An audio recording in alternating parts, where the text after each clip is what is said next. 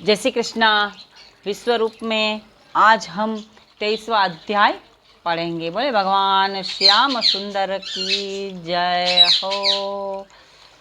अगर आप लोग अपने लिए प्रार्थना करवाना चाहते हो भगवान श्याम सुंदर से, या फिर एंजल द्वारा कनेक्ट होना चाहते हो, तो आप कमेंट में जय श्री कृष्णा अवश्य लिखें, है ना।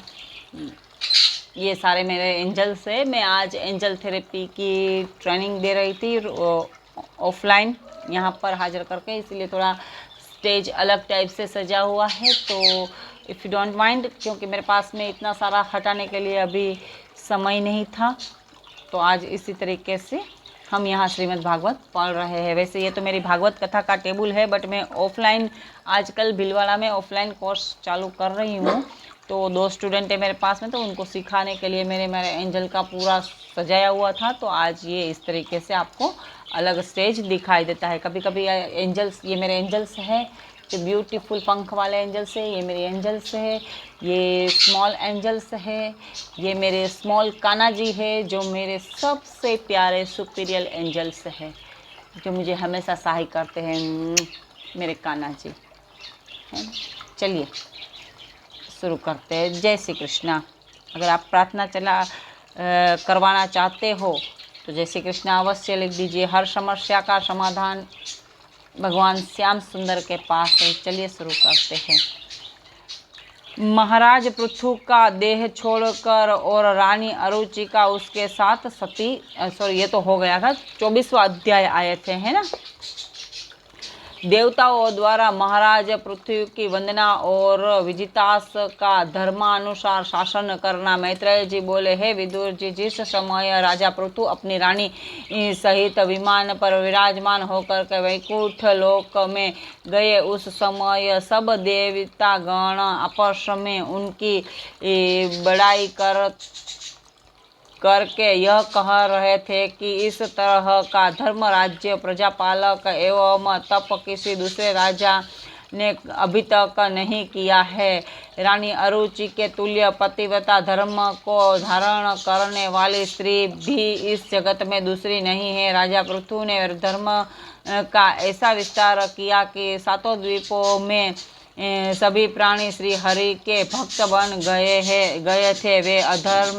वे अधर्मियों एवं पापियों को उचित दंड दिया करते थे। वे साक्षात श्री नारायण भगवान के अवतार थे। जय श्री कृष्ण। संसारी राजाओं को धर्म का ज्ञान देने और धरती पर नगर गांव इत्यादि बसाकर प्रजा को सुख पहुंचाने हेतु ही उन्होंने अवतार ग्रहण किया था। इतना वृतांत कहकर मैत्रेय जी बोले, हे विदुर जी, राजा पृथु का बड़ा पुत्र विजितास जब राज्य पद पर आरूढ़ हुआ, उस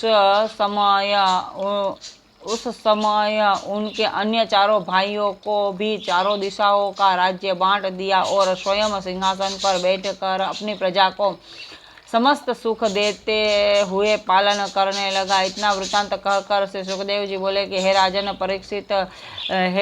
परीक्षित, एक समय वशिष्ठ जी ने तीनों तरह की अग्नि को यह शाप दिया था जय श्री कृष्णा कि तुम मृत्युलोक में पहुंचकर मनुष्य के देह धारण करो। इस शाप के कारण उन तीनों तरह की अग्नियों ने इस भूमि पर आकर के महाराज विजितास से कहा। उनकी शिखंडी नाम की रानी के गर्भ से जन्म लिया था। राजा विजितास ने उनके नाम पावक, पुमान और सूची रखे थे। कुछ दिनों तक संसार में रहने के बाद वे अग्नि फिर से वास्तविक स्वरूप को प्राप्त हो गई। राजा विजितास की प्रसूति नाम की दूसरी पत्नी के गर्भ से ही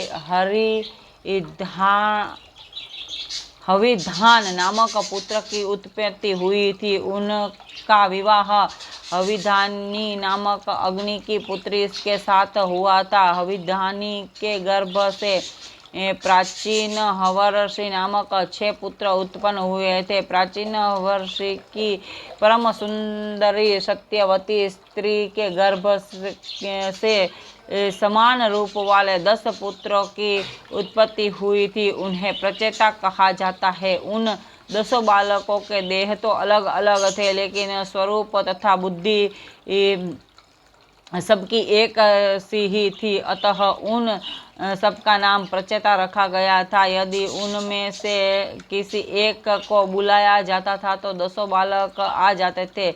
उनमें से एक बालक को कार्य करता था, उसी को 10 करने लग जाते थे। ऐसी किसी एक के दुखी होने पर 10 दुखी हो जाते थे।